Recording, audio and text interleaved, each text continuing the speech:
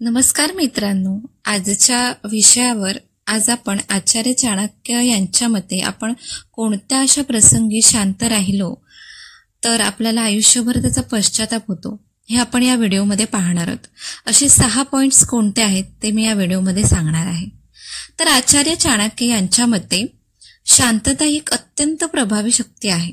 ती माणसाला संयम, स्थैर्य आणि विचार करण्याची क्षमता देते. मात्र चाणक्य म्हणतात की शांतता जर योग्य ठिकाणी नसेल तर ती सद्गुण नसून दुर्बलतेचं लक्षण ठरतं. म्हणजेच जीवनात प्रत्येक वेळी गप्प राहणं म्हणजे सर्व गोष्टी आपल्या नजरेआड करणं किंवा माझं काय, मला काहीच घेणं देणं नाही असं आपण कधी कधी म्हणतो ना, तर हे शहाणपणाचं नसून दुर्बल मनाचं चिन्ह आहे. शांतता तेव्हाच मौल्यवान असते जेव्हा ती विवेकाने वापरली जाते. पण जर आपण अन्याय, खोटेपणा, गैरसमज किंवा आपल्या हक्काच्या वेळी गप्प राहिलो तर तीच मौन, तेच शांतता पश्चातापात बदलतं. तर ते कोणते प्रसंग आहेत? पहिलं म्हणजे अन्याय किंवा चुकीच्या गोष्टींसमोर जर आपण शांत राहिलो. म्हणजे चाणक्य म्हणतात की अन्याय होत असताना शांत राहणारा माणूस, म्हणजे अन्याय होत असताना आपण फक्त शांत राहिलो तर तो माणूस तितकाच दोषी असतो, तितकाच अन्याय करणारा असतो. जेव्हा एखाद्यावर अन्याय, भ्रष्टाचार किंवा खोटेपणा केला जातो आणि आपल्याला सत्य माहिती असूनही आपण काहीही बोललो नाही, तेव्हा जर आपण शांत राहिलो तर ते नंतर पुढे जाऊन आपल्याच मनाला अपराधीपणा येतो. उदाहरणार्थ, एखादा निर्दोष व्यक्ती त्रास सहन करत असेल आणि आपल्याला माहिती आहे की तो निर्दोष आहे आणि अशा ठिकाणी आपण जर गप्प राहिलो तर नंतर तोच प्रसंग जर आपल्यावर आला तर आपल्याला कोण मदत करेल का? म्हणजे थोडक्यात अन्यायाविरुद्ध आवाज उठवला पाहिजे, तेव्हाच सत्याचं रक्षण होतं. म्हणून अन्याय होत असताना आपण तिथे कधीही शांत राहू नये. दुसरी गोष्ट, चाणक्य सांगतात की चुकीच्या व्यक्तीला योग्य उत्तर दिलं नाही तर अशा ठिकाणी आपलं मौन कमजोरीचं लक्षण ठरतं. जर एखादी व्यक्ती आपला अपमान करत असेल, आपल्याबद्दल कधी कधी खोटं पसरवत असेल किंवा चुकीचा आरोप करत असेल आणि आपण फक्त अशा वेळी शांत राहिलो तर ती व्यक्ती अधिकच धीट होत जाते, तिला आणखीनच शक्ती येते. अशा वेळी आपलं शांत राहणं, आपलं संयमीपण आपलाच पश्चाताप ठरतो. अशा वेळी ठाम उत्तर देणं आवश्यक असतं. नाहीतर नंतर आपणच विचार करतो की तेव्हा बोललो असतो तर बरं झालं असतं ना. म्हणून चुकीच्या व्यक्तीसमोर आपण कधीही मौन राहू नये. तिसरी गोष्ट म्हणजे नात्यात गैरसमज झाल्यावर कधीही शांत राहू नये. म्हणजे आचार्य चाणक्य म्हणतात की माणसाच्या संबंधांमध्ये, नातेसंबंधांमध्ये गप्प राहिलो, कधी कधी नातेसंबंधांमध्ये आपण जर गप्प राहिलो, शांत राहिलो तर ती आपली सर्वात मोठी चूक ठरते. म्हणजे मौन हे शस्त्र आहे हे मान्य आहे, पण ते विवेकानं वापरलं पाहिजे असे चाणक्य म्हणतात. म्हणजेच एखाद्या नात्यात गैरसमज आला, मतभेद किंवा दुःख निर्माण झाले आणि आपण समोरच्याशी त्याबद्दल कधी संवाद केलाच नाही, त्याबद्दल कधी कम्युनिकेशन केलंच नाही, तर ते नातं हळूहळू तुटत जातं. नंतर त्याचा आपल्यालाच पश्चाताप होतो की आपण तेव्हा थोडं बोललो असतो किंवा समजावलं असतं तर ते नातं टिकलं असतं ना. म्हणून कधी कधी आपल्या नात्यात इगो बाजूला ठेवून तिथे आपण कम्युनिकेट करणं, म्हणजेच नातेसंबंधांमध्ये संवाद केला पाहिजेच.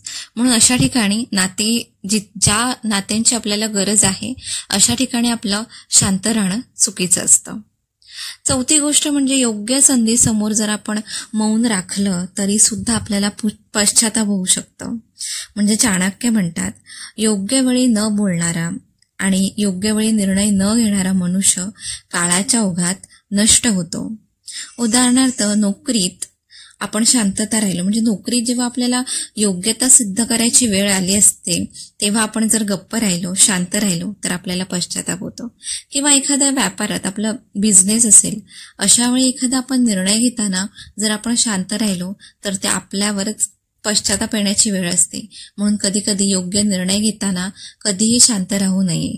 अशा वेळी योग्य संधीसमोर कधीही मौन राखू नये. पाचवी गोष्ट म्हणजे आपल्या प्रियजनांच्या चुकीकडे दुर्लक्ष केल्यास, म्हणजे आपल्या प्रियजन म्हणजे आपली लाडकी मुले, आपली घरातली लाडकी व्यक्ती जर चुकीचं वागत असेल तर अशा वेळी आपण शांत राहिलो तर ते आपलं पश्चाताप होऊ शकतं. म्हणजे जर आपल्या मुलाने, कुटुंबातील व्यक्तीने एखादा चुकीचा मार्ग धरला, एखाद्या गैरमार्गाला कोण गेलं, तर आपण त्या गोष्टीवर रिॲक्टच झालो नाही. राग आपल्या मुलावर कधी लाड म्हणजे त्या गोष्टींकडे त्याला कधी रोखलं नाही किंवा कधी त्याच्या रागवलं नाही. आपण अशा वेळी शांत राहिलो तर ते आपलंच नुकसानकारक ठरतं, म्हणजे आपल्यालाच नुकसान देतं.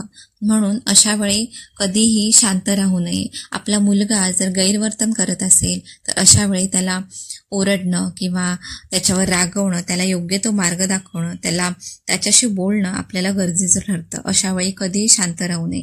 अशा वेळी आपली मुलं आहेत म्हणून त्याच्याकडे दुर्लक्ष केलं तर ते भविष्यात आपल्यालाच पश्चाताप ठरू शकतं. म्हणून अशा ठिकाणी कधीही शांत राहू नये. 6वी आणि शेवटची गोष्ट म्हणजे चाणक्य सांगतात की धर्मासाठी, देशासाठी आणि स्वाभिमानासाठी आवाज उठवणं हेच कर्तव्याचं आहे. अशा ठिकाणी जर आपण शांत राहिलो तरीही सुद्धा आपल्या आयुष्यात पश्चाताप आपल्याला होऊ शकतो. म्हणजे जर आपण या धर्माच्या गोष्टीसाठी आपण गप्प राहिलो, देशाच्या कल्याणासाठी आपण जर गप्प राहिलो, शांत राहिलो, देशाच्या संरक्षणासाठी शांत राहिलो, कधी कधी आपल्या स्वाभिमानासाठी जर आपण कधी आवाजच उठवू शकलो नाही तर आपण आपलं अस्तित्वच हरवतो ना. म्हणून आपल्या स्वाभिमानासाठी आवाज उठवा, आपल्या धर्मासाठी आवाज उठवा आणि देशासाठी आवाज उठवा. म्हणजे अशा ठिकाणी आपण जर आवाजच उठवू शकलो नाही तर मनात आपला कायमचा पश्चाताप राहतो की तेव्हा जर आपण उभं राहिलो असतो तर गोष्टी वेगळ्या असताना. म्हणून अशा 6 ठिकाणी कधीही शांत राहू नये असं चाणक्य म्हणतात. म्हणूनच चाणक्यांची नीती स्पष्ट सांगते की मौन कधी राखावं आणि कधी तोडावं हे जाणणारा मनुष्यच खरा ज्ञानी असतो. शांतता तेव्हाच मौल्यवान ठरते जेव्हा ती रागावर नियंत्रण ठेवते, जेव्हा ती विचारपूर्वक कृती करण्यास मदत करते तेव्हा ती शांतता मौल्यवान ठरते. जेव्हा ती संघर्षाऐवजी समाधान निर्माण करते तेव्हा शांतता मौल्यवान ठरते. पण तीच शांतता धोकादायक ठरते जेव्हा ती एखादं सत्य लपवते, जेव्हा ती अन्यायास साथ देते, अन्यायाविरुद्ध आवाज उठवत नाही. अशा वेळी ती शांतता धोकादायक ठरते. आणि जेव्हा ती आपली ओळख, हक्क आणि स्वाभिमान हरवते अशा वेळी सुद्धा शांतता धोकादायक ठरते.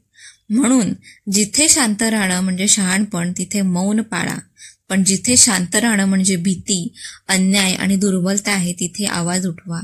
कारण जो माणूस योग्य वेळी बोलतो तो इतिहास घडवतो आणि जो गप्प राहतो तो स्वतःच्याच अंतर्मनात कायमचाच पश्चाताप जागृत करतो. म्हणून कधी बोललं पाहिजे आणि कधी शांत राहिलं पाहिजे, कधी बोललं पाहिजे हे सुद्धा आपल्याला कळलं पाहिजे. त्याच्यामुळे चाणक्यांच्या मते अशा प्रसंगी कधीही शांत राहू नये. तर मित्रांनो, तुम्हाला आजची व्हिडिओ कशी वाटली कमेंटमध्ये नक्कीच सांगा आणि आवडल्यास आपल्या चॅनलला लाईक, सबस्क्राईब, शेअर करा. भेटूयात अशाच एखाद्या पॉझिटिव्ह अफर्मेशन व्हिडिओसोबत. धन्यवाद.